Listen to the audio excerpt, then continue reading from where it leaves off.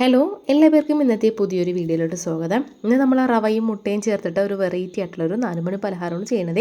എന്നിട്ട് ഞാൻ 1 കപ്പ് റവ, അതിലോട്ട് 1 കപ്പ് തൈര്, 1 കപ്പ് വെള്ളം. നമ്മൾ ഏത് കപ്പിലാണോ നിങ്ങൾ റവ എടുത്തത് അതിൻ്റെ അതേ കപ്പിൽ തന്നെ വെള്ളവും അതുപോലെ തന്നെ തൈരും എടുക്കാനായിട്ട് ശ്രദ്ധിക്കണം.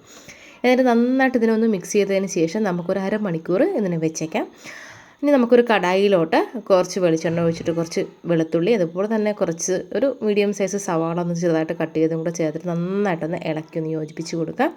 സവാള ചെറുതായിട്ടൊന്ന് റെഡിയായിട്ട് വരുമ്പോഴത്തേക്കും ഇതിലോട്ട് നമുക്ക് തക്കാളിയും ചേർത്ത് ആവശ്യത്തിന് ഉപ്പും കൂടെ ഒന്ന് ചേർത്ത് കൊടുക്കാം. എന്നിട്ട് ഇതെല്ലാം കൂടെ നന്നായിട്ട് നമുക്കൊന്ന് മിക്സ് ചെയ്തൊന്ന് യോജിപ്പിച്ച് കൊടുക്കാം നല്ല രീതിക്ക്.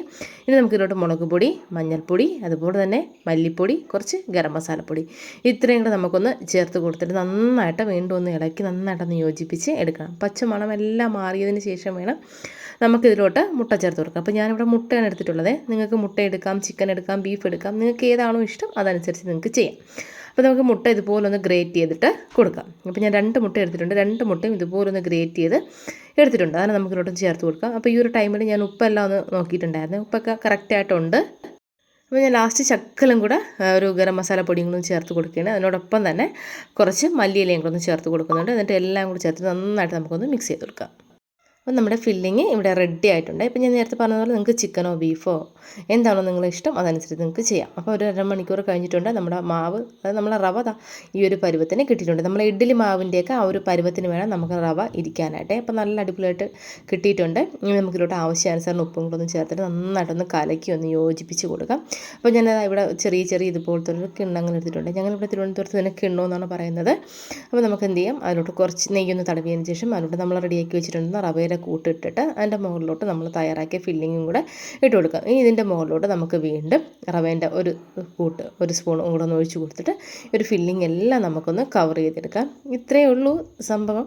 ഇനി നമുക്കിതിനൊരു 10-15 മിനിറ്റ് ഒന്ന് സ്റ്റീം ചെയ്ത് എടുക്കാം. അപ്പോൾ ഞാനിവിടെ ഇഡ്ഡലി പാത്രത്തിലാണ് ഞാനിവിടെ സ്റ്റീം ചെയ്യാനായിട്ട് പോകുന്നത്. അപ്പോൾ നമുക്ക് നിങ്ങളുടെ കയ്യിൽ സ്റ്റീമർ ഉണ്ടെങ്കിൽ അങ്ങനെയോ അല്ലെങ്കിൽ ഇഡ്ഡലി പാത്രത്തിലോ വെച്ചിട്ട് സ്റ്റീം ചെയ്ത് എടുക്കാവുന്നതാണ് നിങ്ങൾക്ക്. അപ്പോൾ ഞാൻ ഇതുപോലെ എല്ലാം വെച്ചിട്ട് നമുക്കൊന്ന് സ്റ്റീം ചെയ്തെടുക്കാം.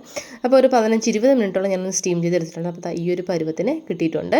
കണ്ടല്ലോ, പെട്ടെന്ന് തന്നെ നമുക്ക് ഇളക്കി എടുക്കാനായിട്ടൊക്കെ പറ്റും. നമ്മൾ നെയ്യ് തടവി കൊടുത്തതുകൊണ്ട് അതാ നല്ല അടിപൊളിയായിട്ട് കിട്ടിയിട്ടുണ്ട്. ഇനി നമുക്ക് ഇതിലോട്ട് ഞാൻ കുറച്ച് കടായിൽ കുറച്ച് വെളിച്ചെണ്ണ ചൂടാക്കിയിട്ട് കുറച്ച് മുളക് പൊടി, ഒരല്പം നമ്മുടെ മഞ്ഞൾപ്പൊടി കൂടെ ചേർത്ത് കൊടുത്തിട്ടുണ്ട്. നന്നായിട്ട് നമുക്കൊന്ന് മിക്സ് ചെയ്ത് കൊടുക്കാം എന്നെല്ലാം കൂടെ. ഇനി ഞാൻ ഇതിലോട്ട് ശകലം നമ്മുടെ മല്ലിയിലയും കൂടെ ഒന്ന് ചേർത്ത് കൊടുത്തിട്ടുണ്ട്. ഇനി നമ്മൾ തയ്യാറാക്കിയ ഇത് ഓരോന്നായിട്ട് ഇതിൻ്റെ മുകളിലിട്ടിട്ട് നമുക്കിതുപോലെ തിരിച്ചും മറിച്ചു ഇട്ട് കൊടുക്കാം. എന്നിട്ട് ഈ നമ്മുടെ മുളക് പൊടീൻ്റെ ഈ ഒരു കൂട്ട് ഇതിൻ്റെ മുകളിൽ നല്ല രീതിയിലൊന്ന് അതുപോലെ ഒന്ന് പുരട്ടി കൊടുക്കണം കേട്ടോ.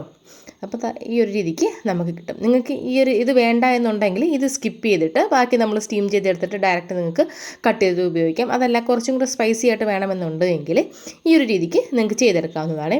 അപ്പോൾ ഇത്രയേ ഉള്ളൂ സംഭവം. നല്ല അടിപൊളിയായിട്ട് ഉണ്ട്. അപ്പോൾ നിങ്ങളിത് ഉറപ്പായിട്ടൊന്ന് ട്രൈ ചെയ്ത് നോക്കിയിട്ട് നിങ്ങളുടെ ഫീഡ്ബാക്സൊക്കെ അറിയിക്കണം. അപ്പോൾ ഞാൻ ഒരെണ്ണമെടുത്ത് കട്ട് ചെയ്ത് കാണിച്ചു തരാം. ഉൾഭാഗമെല്ലാം നല്ല വെന്ത് നല്ല പെർഫെക്റ്റ് ആയിട്ട് നമുക്കിത് കിട്ടിയിട്ടുണ്ട് കേട്ടോ. അപ്പോൾ നിങ്ങൾ ഇടയ്ക്ക് ചെക്ക് ചെയ്ത് നോക്കണം ഇത് കുക്കായോ എന്ന്. അപ്പോൾ നിങ്ങളൊരു ടൂത്ത് പിക്കോ അല്ലെങ്കിൽ ഈർക്കിലോ ഒക്കെ വെച്ചിട്ടൊന്ന് ചെക്ക് ചെയ്ത് നോക്കിയാൽ മതി. നല്ല അടിപൊളിയായിട്ടുള്ള നമ്മളത് ഈ ഒരു അടിപൊളി അപ്പം റെഡി ആയിട്ടുണ്ട്. ഉറപ്പായിട്ട് ട്രൈ ചെയ്ത് നോക്കിയിട്ട് ഫീഡ്ബാക്സ് അറിയിക്കണം. വീഡിയോ ഇഷ്ടമായ സബ്സ്ക്രൈബ് ചെയ്യാനായിട്ട് മറക്കല്ലേ. ബൈ.